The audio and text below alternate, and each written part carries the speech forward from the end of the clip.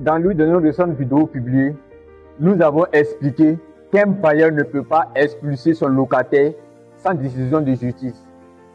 Nous avons reçu plusieurs commentaires. Aujourd'hui, nous allons répondre aux deux commentaires. Du point de vue juridique, ce premier commentaire est logique. Sur un point, la loi oblige le locataire à payer le loyer convenu.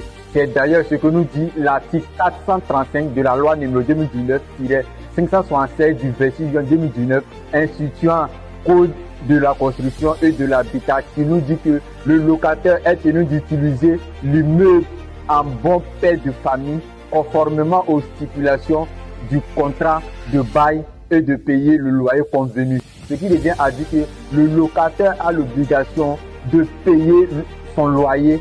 Donc, ne pas respecter cette obligation constitue un manquement au contrat de bail. De plus, la bonne foi commande donc de communiquer avec le propriétaire et si nécessaire de trouver une solution à l'amiable plutôt que de laisser la dette s'accumuler.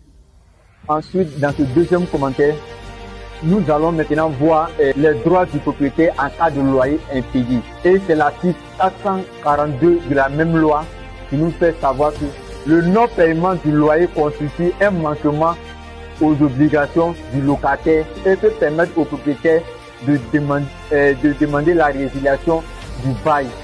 Mais attention, cela ne signifie pas que le propriétaire peut expulser lui-même le locataire. La résiliation et l'expulsion doivent respecter la procédure prévue par la loi. Cependant, si le locataire refuse de partir malgré la résiliation, le propriétaire ne peut pas lui-même le chasser. Quand l'expulsion du locataire est